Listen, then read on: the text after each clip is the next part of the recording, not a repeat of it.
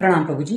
ऊँटनी के मूत्र की धार में इस प्रकार से मुंह धोने वाले, कुल्ला करने वाले और ऊँटनी के मूत्र के साथ दूध मिलाकर पीने वाले ऐसे अनेकों वीडियो यूट्यूब पर, इंस्टाग्राम पर आपको मिल जाएंगे, कोई कमी नहीं है। हमने कभी इस पर कोई टिक्का टिप्पणी नहीं की क्योंकि सबकी अपनी मान्यताएं उस अनुसार वो करते हैं। पर कुछ लोग हैं जो मुंह में हाथ डाल के कुछ शब्द निकलवाते हैं।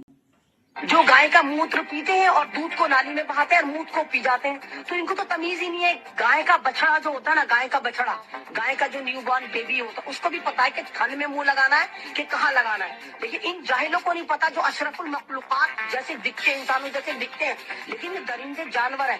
ये मूत्र के पीछे पागल है, ये गोबर के पीछे अब पागल है। इसको देख के पता मुझे क्या याद आया, कुछ सुअर हैं जो जंगल में रहते हैं, कुछ सुअर हैं जो शहरों में रहते हैं। अब जंगल वाले सुअर को घास मिल जाती है, वो घास खाता है।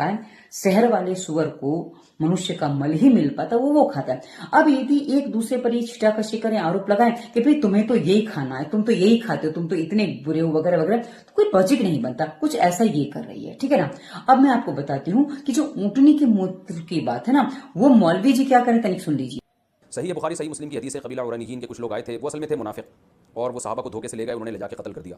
तो जब वो मदीना आए थे तो उनके पेट में दर्द था, तकलीफ थी, पेट फूलने लगे थे उनके। आप सल्लल्लाहु अलैहि वसल्लम ने हुक्म दिया, इशरबू मिन अलबानिहा व अबवालिहा, इनको ऊँटों का दूध पिलाओ और पेशाब, बॉल की जमा अबवाल आती है। तो इस हदीस की बेस पे बास फुकाहा इसके कायल हैं कि उनका पेशाब हलाल है और बीमारी में पिया अब जा सकता है। ऊँटनी के मूत्र के कुछ लाभ हैं, दूध के भी कुछ लाभ हैं। ये हमारे यहाँ आयुर्वेद ग्रंथ में भी आपको इसका प्रमाण मिल जाता है, इसका वर्णन मैंने पढ़ा है, ठीक है। अब आगे आपको बताती हूँ कि भाई स्थिति क्या है। जैसे कि आपको लगता है कि ऊँट के मूत्र से बहुत सारे लाभ हैं, साइंस भी बता रहा है कुछ कुछ, पर वैसे ही आप यदि देखेंगे ना तो गौमूत्र भी कम लाभकारी नहीं है। मॉडर्न मेडिकल साइंस और गौमूत्र पर किस प्रकार से अनुसंधान हो रहा है, ये जब आप पढ़ेंगे तो आपको पता चलेगा। मैंने गूगल ही सर्च किया, जरा सी जानकारी है। कुछ चिकनगुनिया पर इससे काम हो रहा है, कुछ जो दवाइयां जो बना रही है ना मेडिकल साइंस, उसमें कैसे उसकी गुणवत्ता को बढ़ाया जाए ताकि उसका प्रभाव बढ़ सके, उस पर भी काम हो रहा है। और साथ ही कैंसर जैसी बीमारियों तक में गौमूत्र का उपयोग है। ये मॉडर्न मेडिकल साइंस प्रूव करने के प्रयास में लगा हुआ है, क्योंकि काम चालू हुआ है तो कभी ना कभी सिद्ध भी हो जाएगा। हाँ, मॉडर्न मेडिकल साइंस अभी कुछ बहुत चीजें ढूंढ रहा है, उसको मिली नहीं है, वो ढूंढ लेगा तो प्रमाणित मान लेगा। क्योंकि कुछ लोग हैं संसार में जो मेडिकल साइंस जो बताते उसी को प्रमाण मानते हैं, बाकी उनको प्रमाण लगता नहीं है। किंतु अब ये कुछ और कह रहा है।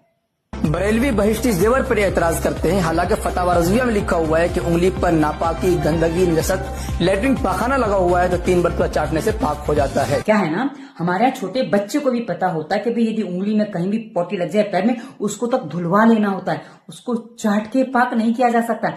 अब जैसे ये पाक चाट के हो जाते हैं, वैसे कुछ पाकिस्तान भी होगा। धन्यवाद। हम एक शेर नामत वरना छोड़ेंगे नहीं। वंदे मातरम।